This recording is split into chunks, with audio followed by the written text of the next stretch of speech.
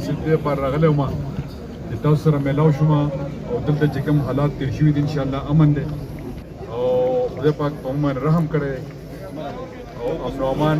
چې دی هغه بالکل ټیک ټاک دی دې پر علم چېرې په خلکو کې سیاره خوف وي نو هغه د نن د وقفو لپاره دلته راغلی کولاو ګرځئ او انشاءالله امن به په هر صورت په هر ساتي تاسو مرسته پکار ده او حکومت او عوام به یو کېږي نو انشاءالله حالات به نور هم ښه شي ترقۍ کارونه هم روان دي په دې علاقه کې د ترقۍ لپاره امن ضروري دی لاول به امن انشاءالله په هر صورت باندې بحال ساتي باقي سیلاب مشکلات دي بالکل شته کوم پې لګیا یو تاسو د کارونو اسټیمیټس تیار دي څه کارونه روان دي شروع شوي دي د چا چې کورونه وړه شوي دي یا لږ ډېر ډیمیجز شوي دي هغې ته به م انشاءالله په 10-15 ورځو کې هغو اکاونټ کولاو دي هغو ته به م انشاءالله پیسې میلاو شي د هغې نه علاوه اخرنۍ خبره کومه بیا د خپل خبرې ختمومه ځکه چې تاسو زړو راښکودو عادت یې دلته هم راښکولی ډارېږئ نه ما ته اکثر د ملګري وایي ښایسته لاله په نظر نه راځي تاسو ته پته نشته چې په دې وخت کې ستاسو د دې ښایسته لاله په اوږو باندې څومره فوج دی دا تاسو نشئ کولی خو الله تعالی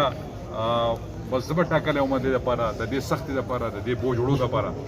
او تاسو الله تعالی یو موقع درکړې چې ستاسو د دې خړو پړو غرونو نه یو سړی لاړو وزیر اعلی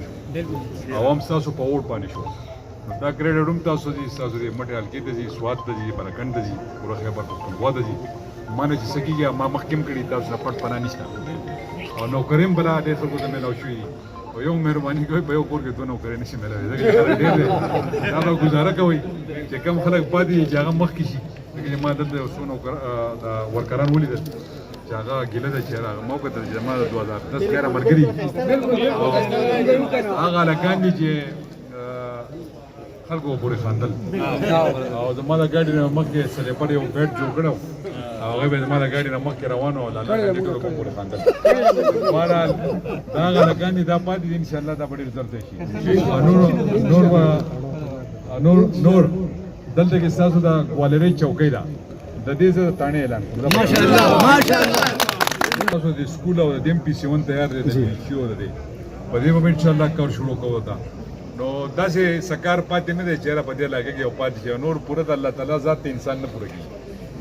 نه پوره کېږي هغه نیمګړی پیدا دی نیمګړی به ځي نو پوره زه د خبره مرغۍ پیدا نشم راوړی نور په دې علاقو کې چې څه کارونه او ما څه کولی شو اخر کې یو جهان مننه خوشحاله اوسئ بیا ملاقات